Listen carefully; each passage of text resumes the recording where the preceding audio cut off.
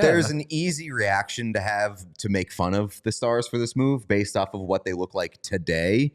But I think that given the position that they're in, which is like the luxury that they've given themselves, is that they don't have to make moves for today. The Stars-Sharks trade on Saturday, mainly because this was the one that I least, since Rantanen, this is the one that I've least seen coming. Sure. So I guess when we were trying to quantify, like, why do I see this one is the humdinger. Maybe it's that. Pete and I had days before done a dream trades thing where we were just taking anybody who could maybe get traded, throw them around. And we'd been talking about Mikael Granlund. Dallas gets Granlund and Cody Ceci for a 2025 first round pick and then a 2024 fourth round pick from the Jets that, should Dallas reach the Cup final, will become Dallas's third round pick. And I'm sure that they will take that deal 10 times out of 10.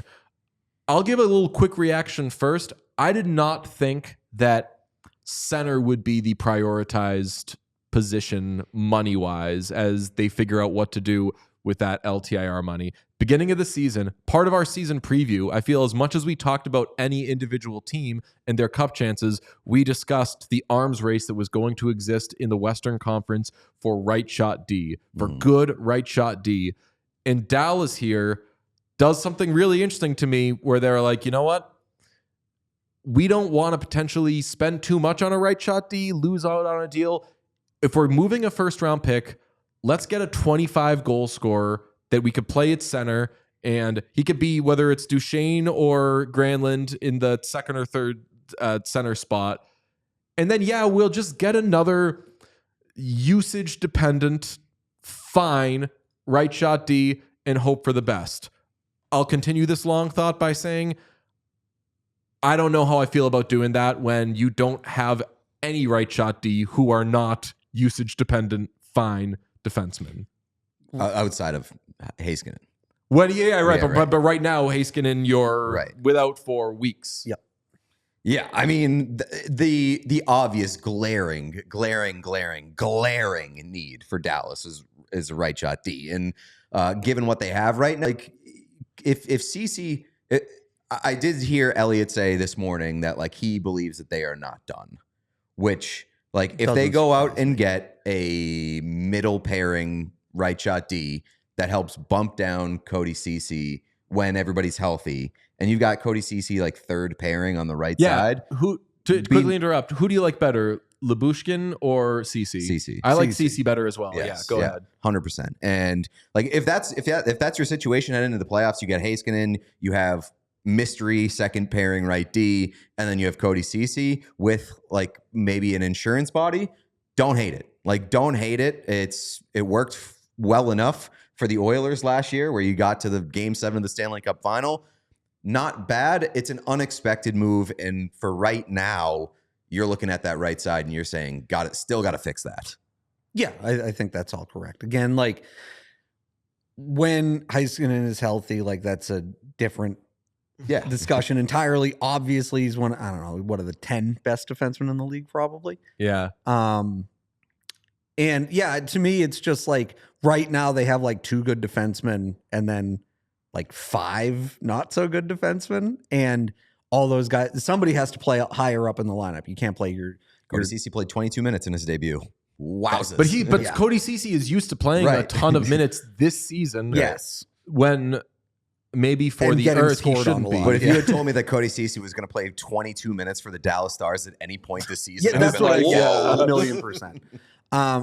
It's funny because like I saw people reacting to it from the Sharks' point of view of like, it was a Buffalo writer was like, oh, he's doing the Tim Murray teardown. He's trading his leading scorer and sending his number 1 goalie to the AHL or whatever. And it's like, yeah, man, if you like, the problem is that Mikael Granlund was their leading scorer. Right. Yes. You know, like he's got, what does he have? Like 40 points or 45 or something like that. Like he's up there way more than you would have expected. And again, it's like, he's not going to get those opportunities. But I think he's a really good player. Like, here's the thing. He was a cap dump for the Penguins. Remember that? Yeah. The Sharks were just like, yeah, we'll take your shitty deal. That's fine. Yeah.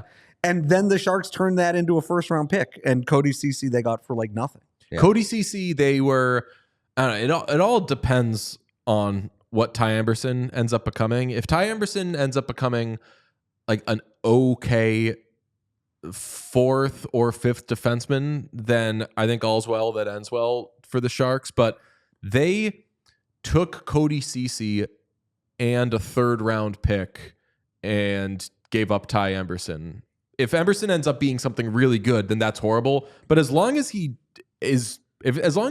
maxes out being like fine, that's good asset management. That's for what the I mean. Sharks, Yeah. I think. No, they turned two like cap dumps into a first round pick and maybe a third round pick. The Stars, by the way, are projected to have $4.598 million at in cap space at the trade deadline. They do not have a first and second round pick this year, but they do have their first round pick next year, and they do have their first round pick the year after that. So any talk of them not being done, they can fit stuff. Yeah. And if they do, then from here add a solid second pairing right D, then I love that roster. I love this trade for the Stars anyway. Again, like I probably would have prioritized for now a right D, but getting an okay one and then also up, like when everybody's healthy, if that happens for the Stars, they are 3 deep at center, 3 good deep at center, and then just resplendent with really good wings.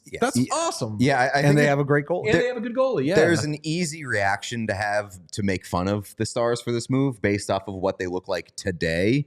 But I think that given the position that they're in, which is like the luxury that they've given themselves, is that they don't have to make moves for today. They have to make moves that when you look at the end of the season, are you in a better position? And I think that that's what this move did for them. So like, I'm not laughing at the right side of the defense yet.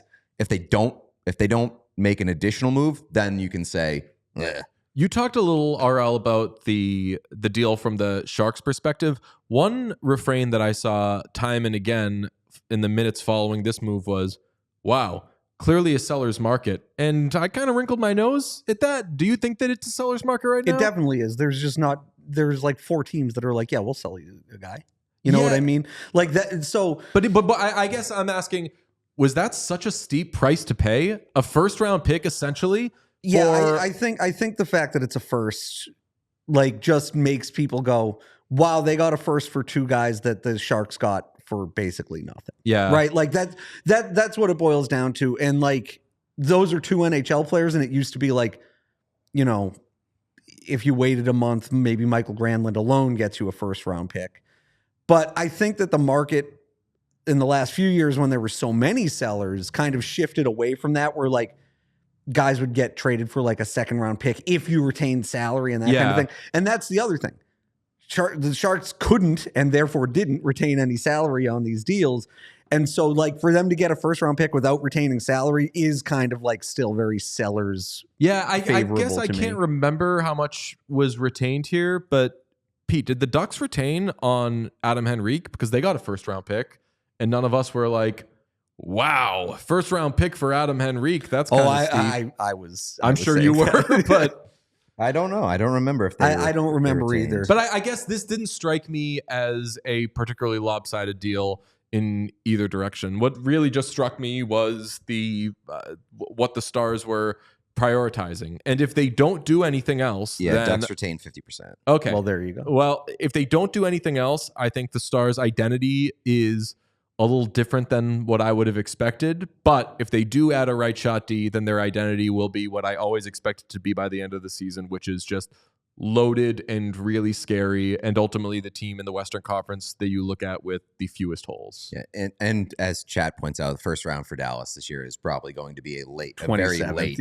first, right. And it's considered a pretty weak draft. Yeah, but that's what happened when Henrique was moved. Like, if you're getting a first round pick if you're getting the team's first round pick when you're selling, you're assuming it's going to be a late first round pick anyway. No, it's funny because like first round pick has such a connotation. And now like, you know, even 6-7 years ago, there are first round picks that wouldn't have even been in the first round. Oh yeah, dude. You know, like, I forget what year it was, but it was a million years ago when I was covering the Bruins, and Pete's probably heard me tell this story a million times, but I did like really long ass study on the value of first round picks, and it's at first blush it's not the NFL where first round pick at the very least you are getting a starter, right, and probably a Pro Bowler, hopefully a Pro Bowler, maybe not an All Pro, but you're going to get a starter and one of your team's better players. Second round pick, you better be getting a starter. Third, it said, and then you get into the project stuff. And I did it by how many games, like whether it was picks at each position, did they get to 200 games in their career? How fast did they do it? What kind of impact did they had and everything? And the very short version and kind of bastardized answer I got was, in the top 10, you should be getting a good to very good player with a top 10 pick in the NHL. And outside of the top 10, your chances are basically the same as they are between 11 and the middle of the second round. And so many draft people got really mad at me because they were like, you're insulting the work that scouts do and everything. And I'm like, no. They're doing the right work, but there's so much projection involved in all this. Clearly that, I don't know, like Patrice Bergeron, for how does that guy make it to 45 or whatever? And they drafted Mark Stewart instead of Patrice Bergeron. Like, yes. You don't know. There are some analytics sites that like rate the value of draft picks that say like second rounders are probably in a lot of cases more valuable than a late first rounder. I would take 2 second round picks over a first round pick. Late first round. Oh my God. Or no. I would take, if somebody said, hey, even mid, if somebody said, hey, I'm giving you the 14th overall pick, or I'm giving you the 40th and 50th overall pick, I'd be like, oh. No, you're absolutely, like, I say this all the time. All these teams that are like, well, we're going to try to be in like the hunt for a playoff spot. We might not get there, but we might finish 9th or 10th in the conference. And it's like, okay, so you just want to pick like 14th. That sounds horrible.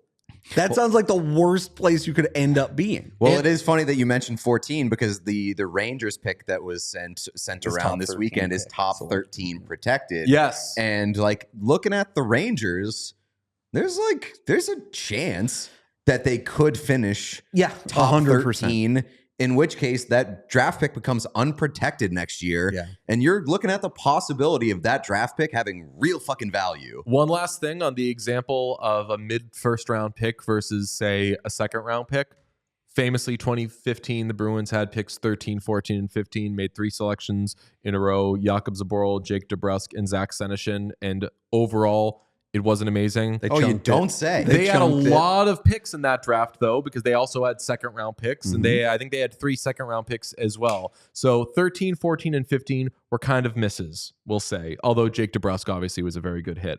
37th overall, they picked Brandon Carlo. Right. 52nd overall, they picked Jeremy Lauzon. Yep. Like those, and Lauzon isn't the best player in the NHL, but he's an NHL. He's an NHLer. That's so like if that was one of their picks, then that would be a win. And it's not exactly just as easy to hit in the mid-second as it is in the mid-first, but it's not so far off. And I think first round pick, as you said, it just has a connotation and it has a sort of shine to it that, I don't know, if you're savvy, man, I'm saying let's load up on late firsts, early seconds, whatever, versus I want the 19th overall pick. Right.